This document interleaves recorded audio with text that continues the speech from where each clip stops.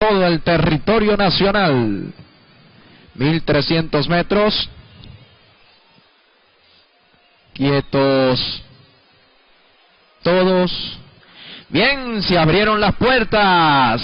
En la tercera carrera, Sabatina Keep on Fire está retrasando, queda en el último lugar, pero bastante cerca la punta Cocotito, colocando un cuerpo de diferencia sobre Zonga, que anda en el segundo lugar. Al tercero, 2 cuerpos de la punta, Bienvenido. En el cuarto se pega la baranda interior Gonzuliano. Hacia el quinto lugar lo viene haciendo Guapanguero. En el sexto viene recuperando Keep on Fire y se está quedando Imperatore en el último lugar. Del primero al último hay aproximadamente unos 9 cuerpos. Domina la prueba Cocotito. Cocotito está en la punta en 23 segundos exactos. Registra el primer parcial. Ahora por fuera le viene a plantear lucha Bienvenido, y es este el que desplaza y colocando medio cuerpo ahora sobre Cocotito, que queda en el segundo lugar. Para el tercero Zonga, en el cuarto Gonzuliano, hacia el quinto viene Guapanguero, luego viene avanzando Imperatore con King of Fire, que está quedando en el último lugar. Disponen así al giro de la última curva, enderezan ya en terrenos de la recta definitiva en 46 segundos exactos. Bienvenido está en la punta, pero tendrá que contener el avance de Zonga, que por fuera emerge en contra del puntero Bienvenido. En el tercero se está quedando Cocotito,